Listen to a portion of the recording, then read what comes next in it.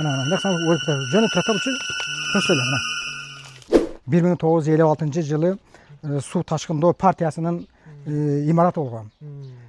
Су Ташкын имараты ушу жер полностью ошондой болгондон 1976 жылы СПТ болгон. 1989 жылы кесиптик лицей болуп курулган. Бул немеде биздин район аймагында жалгыз кесиптик окуу жай.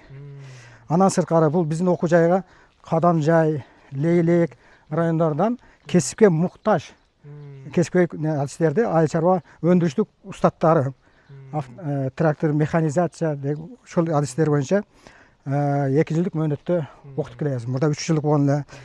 Анан бул изданиябызга бизде райондук МЧС тарабынан кортунду берилген. Жараксыз деп. Мына өзүңүздөр көрөсүздөр түшүп турат. Бул ак стандарт эмес. Бул таштан, мына местный гравилерден курулган изданиялар. Кече 22-жылы 19 апрелде болгон тажик-кыргыз каргашылуу окуясында бул жерлерге снаряд түшкөн. Наркы изданияларда көрүнүп турат. Снаряд түшүп, күйгөн жеринде частичный ремонт кылып, биз 22, 23, 24-жылдары ошентип окутуп келип дагы 2025-жылы кайрылып өнүктүрүү фондунан 1 миллион 636 миңге алып туруп 5 классыбызды капиталдык ремонт өткөрүп, ичине өздүк салымдан, спешоттон парта паровойлорду кылдык. Себеби биздин бул немеге азыркы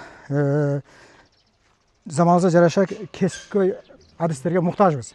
Элибиз эгерде биздин мындай шарттагы жакшы типтеги неме болсо, здание болсо, бул 3 райондан даже келет. Себеби башка лицейлер бар, башка тармактар менен. Бизге айыл чарба боюнча основной немебиз ушул. Эми бул жер боюнча биз мурунку президентке жаздык, областтык администрация, райондук администрацияларга жазганбыз, жогорку кеңешке жаздык. Ошентип жазып келдик. Эми мына Кудайга шүгүр заманыбыз өнүгүп болуп атат. Жакшы. Кечеден губернаторубуз Рахимов Мамыржан келип эл менен жолугушканда кайрылдып, ал киши болгон документтерди алып баргыла деди. Биз кабыл алып, бул жерде эл менен жолугушуп катты даярдадык. Алып барып беребиз. Ошол эми кайрылган жери ушул дайыма эле кайрылып келген немелерге кайрылып турабыз. Каттарды, чогулуштарда керектүү тармактарга өзүнүн билим министрлигибизге дагы кайрылып постоянно отурган жери жок. Ошондо кайрылууңуздар немеси ушу мына эски дагы корпустар дагы жаңылап беришпи ошондо? Ошо жаңы типтеги болсо баардык жакшы лабораториялар менен техникалар болсо, себеби эл өтө муктаж. Ошол жаштарыбыз көрөсүздөр баардык миграцияда.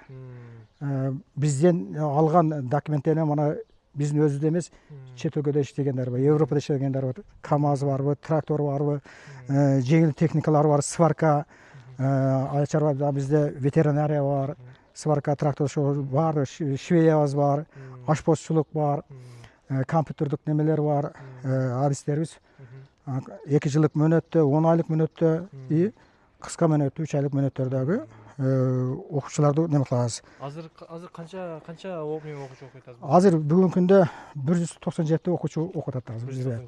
197. Себеби бул немебизге эсле жакшы типтеги болсо көп болот. Бул жерде даже көбүрөөк кабыл алабыз. Анан балдарга шарт болуш керек экен да. Мындай шарттарда болуш өтө кыйын экен.